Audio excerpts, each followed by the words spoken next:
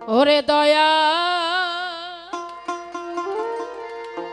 এই ভবত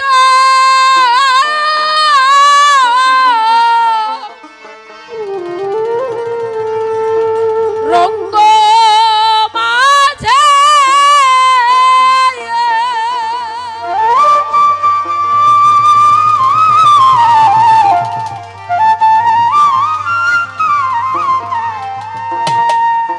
হাফিজ চান কিনারাইলা গাও তোরি এসে কিনারাইলা গাও তোরি কোথায় হে ও হাফিজা কান্দায়ারি কোথায় হে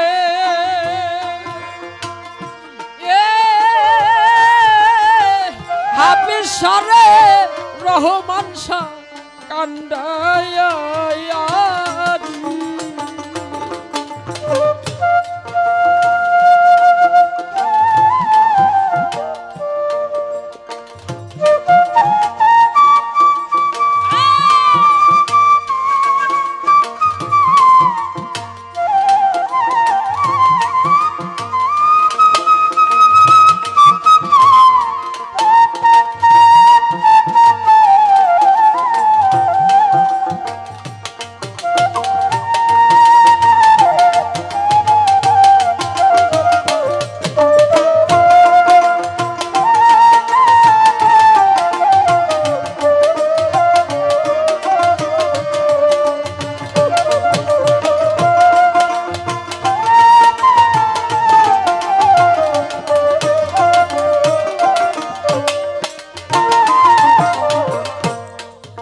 তুমি হও করুণার সিন্ধু হাফিজরে অধমজ নার বন্ধু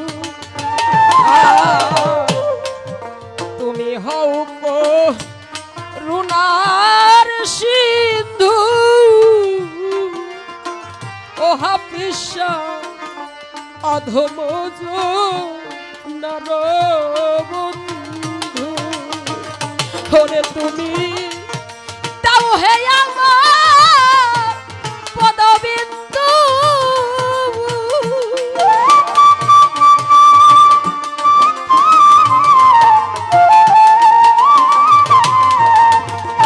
হাফিজা তাও হে আমার পদবিন্দু যাতে তুফানে তরিতে পারি যাতে তুফানে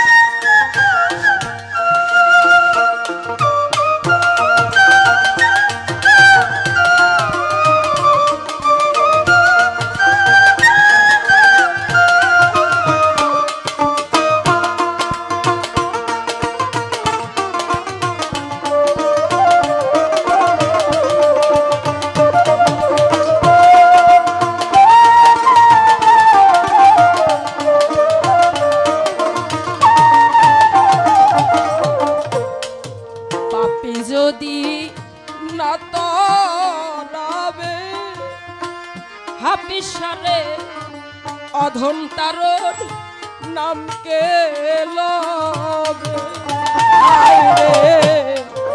পাপি যদি না তরাবে ওরে বাজা অধম তারর নাম কে লবে ওরে আবার জীবের ভাগ্যে ইহাই হবে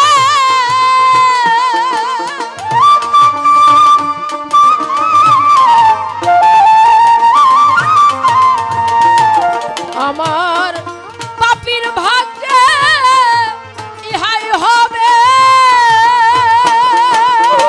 ওরে নামের ভেরমে যাবে তোমারি হাবিসা ভেরমে যাবে তোমারি কোথায় হে এ দয়া কান্দায়া কোথায় হে এ হাবিসা ও রহমান কান্দায়া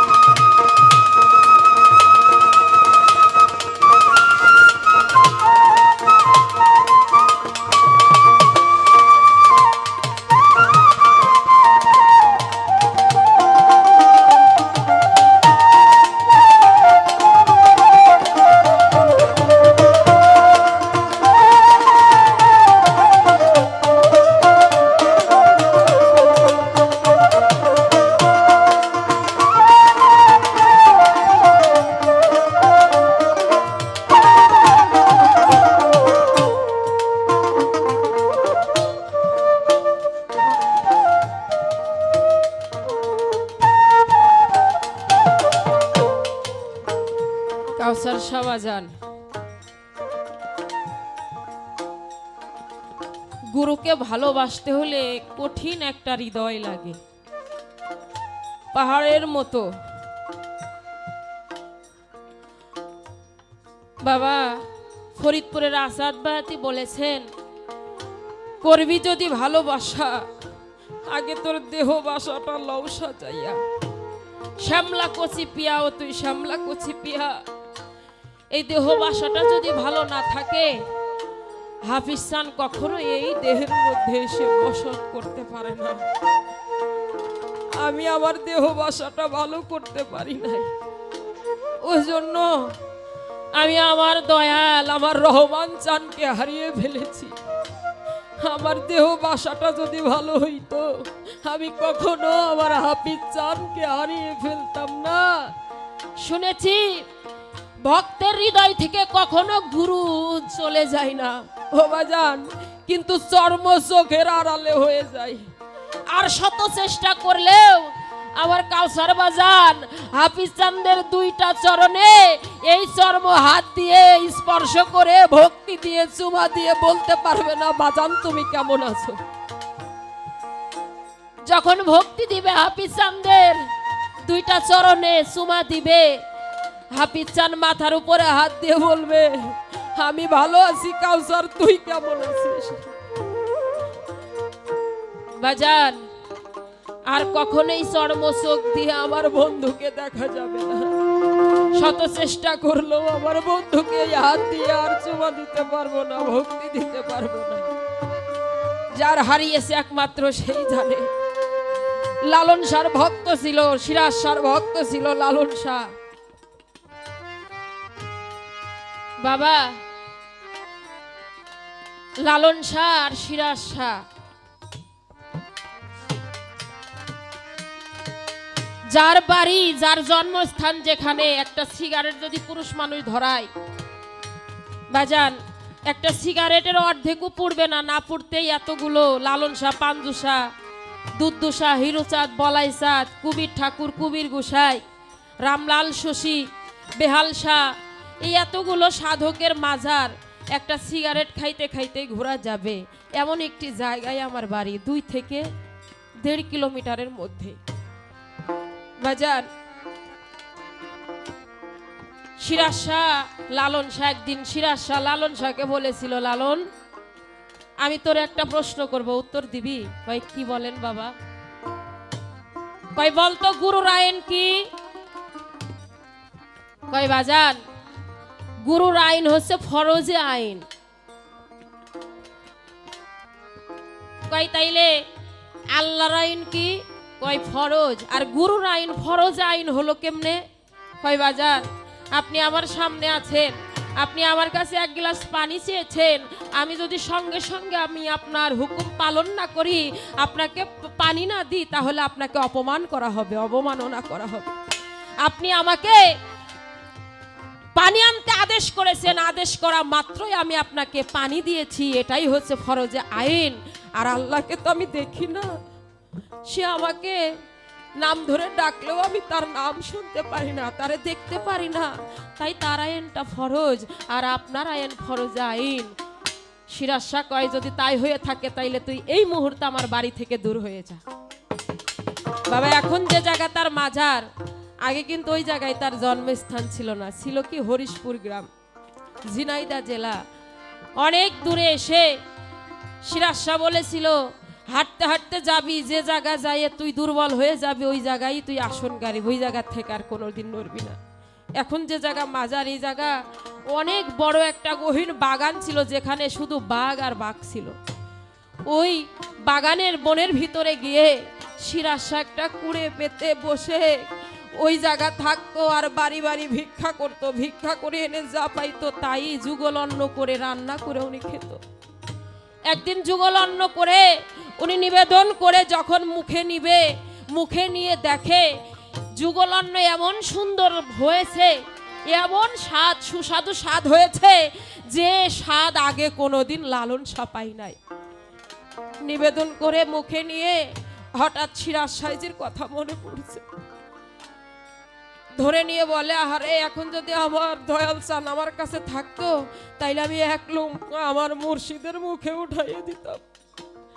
এই যে চিন্তা করেছে, বাকি অবশিষ্ট যে যুগল অন্ন খাবার রয়ে গেছে, একটা কুকুর এসে ওই খাবারটা অর্ধেক খেয়ে গেছে, সিরাজ শাহর চোখে পড়ে নাই। যখন সিরাজ শাহ লালন শাহর চোখে পড়ে নাই, এদিকে সিরাজ শাহ লালন শাহকে তাড়িয়ে দিয়ে ও আর খুব একটা ভালো নাই, দিনে দিনে অসুস্থ হয়ে যায়, কাহিল হয়ে যায়। বাবা, যে ভক্তকে হৃদয় থেকে ভালোবাসে, সেই ভক্ত যদি সপ্তাহে 1 দিন মুর্শিদের কাছে না যায়, ওই মুর্শিদ ভালো থাকতে পারে না। আমরা জানি শুধু গুরুই, ভক্তই গুরুর জন্য কাঁদে না, কাউসার শাহ হাফেজ শাহর জন্য কাঁদে না, হাফেজ শাহ কাউসার শাহর জন্য কাঁদে। গুরু ভক্তের জন্য কাঁদে, যদি ভক্তের মতো ভক্ত হয়। একটা তরিকতের ভাই এসে বলছে, লালন রে, তুই যার জন্য কান্নাকাটি করছিস সে আর ভালো নাই, অসুস্থ হয়ে পড়ে আছে, তোরে দেখতে চাই, তুই যদি পারস তার একটু দেখে আয়। এই কথা শোনা মাত্রই ওই যে যুগল অন্ন খাবার যেটুকু বাকি, একটা গামলা পাত্রের মধ্যে বেড়ে উনি একটা গামছা দিয়ে বেঁধে মাথায় করে দৌড়াচ্ছে। দৌড়াতে দৌড়াতে হরিশপুর গ্রামে গিয়েছে, সিরাজ শাহর বাড়িতে যে দেখে বারান্দার মধ্যে সিরাজ শাহ শুয়ে আছে চাদর মুড়ি দিয়ে। দয়ালের চরণের মধ্যে পড়ে গিয়ে চরণের মধ্যে চুমা খাই, বুকের মধ্যে নাই, জড়াইয়ে ধরে বাজান তুমি কেমন আছো? শিরাশা কয় লালন পায়ের কাছে তোর স্থান নাই, তোর স্থান আমার বুকে, আমার বুকের মধ্যে আয়, তোর বুকের মধ্যে নিয়ে আমার এই জ্বালাটা একটু নিবারণ করি। বুকের মধ্যে চাপ দেয়, চাপ দিয়ে বলে বাজান আমি আপনার জন্য কিছু খাবার আনছি, এত সুস্বাদু খাবার আর আমি কোনোদিন খাই নাই, আপনি একটু খান, খেয়ে দেখেন কেমন হয়েছে। সিরাজ শাহ লালন শাহকে বুকের মধ্যে নিয়ে কয় লালন রে, তুই যে এত দূরে কষ্ট করে আমার জন্য খাবার আনছিস, তুই খাবার না আনলেও পারতিস, তুই যখন নিবেদন করে মুখে দিয়ে আমার কথা মনে করেছিস, আমি তখন কুকুরের রূপ ধারণ করে আমি তোর প্রসাদ, আমি গুরু ভক্ত হয়ে আস্বাদন করে এসেছি।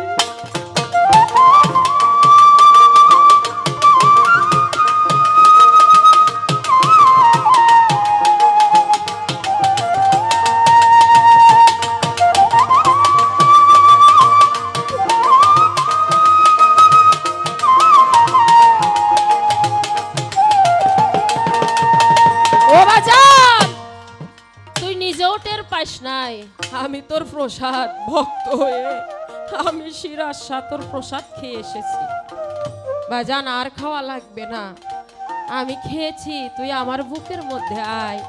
বুকের মধ্যে নিয়ে সিরাজ শাহ তার প্রাণ পাখি তার আপন বন্ধুর বাড়িতে চলে যায়। বাজান রে, গুরু ভক্তের প্রেম এমনই প্রেম, এই প্রেম যদি কেউ করতে পেরেছে সে আর এই লোক সমাজের মধ্যে তার স্থান নাই। সে গুরুর রঙে রং ধরিয়েছে, যেমন 19 আর 20, চুন আর হলুদ একসঙ্গে মিশ্রিত করলে যেমন এক রং ধরে, যদি কোনো ভক্ত গুরুকে ভালোবাসতে পারে তাইলে তদ্রূপ হয়ে যায়। আমার আল্লাহ কয়, যে করে আমার আশ তারে করি আমি সর্বনাশ, তারপরেও যদি আমার না ছাড়ে পাস আমি করে নি তার দাসের দাস, তারপরেও যদি সে আমার না ছাড়ে পাস আমি নিজেই হয়ে যাই তার দাসের দাস।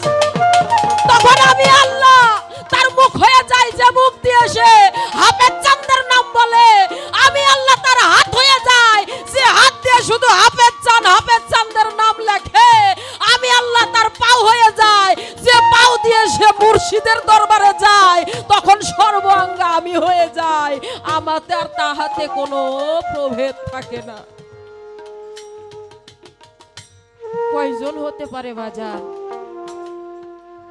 আমার পক্ষে সম্ভব নয়, একমাত্র পেয়েছে আমার বাজান কাউসার সাধু, সে যা পেরেছে অনেক মানুষ তা পারে নাই। শুধু মুখে মুখে বলে গেলাম, গুরু যে কি বস্তু তা চিনলাম না, যদি চিনতাম তাহলে গুরু আমার হইতে বিয়োগ হয়ে যাইতো। দোবাও ভাষাও হাতি তোমার ও হাপিসা, এই জগতে কেউ নাই,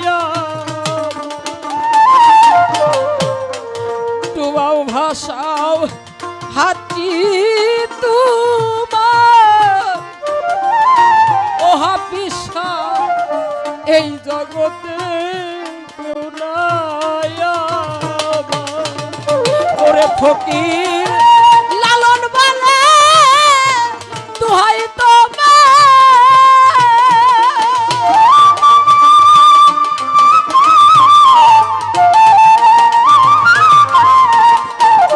ফকির লালন বলে দোহাই তোমার, এসে চরণে ঠাই দাও তুমি, এসে চরণে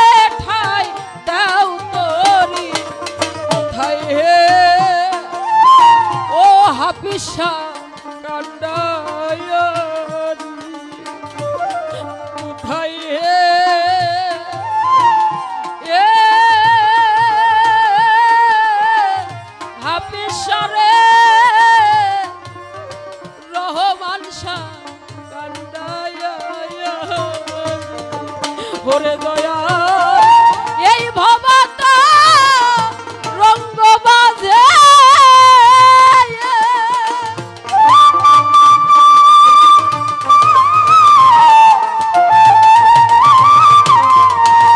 হাপিসা এই ভবতা রঙ্গ বাজে এসে কিনারায় লাগাও তরি এসে কিনারায় লাগাও তরি কোথায় হে ও হাফিসা কান্দায়ারি কোথায় হে ও দয়া কান্দায়ারি কোথায় হে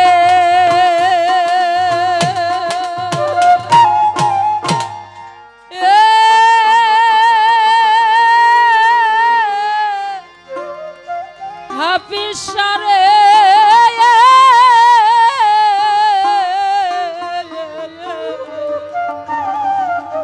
দয়াল কান্ডা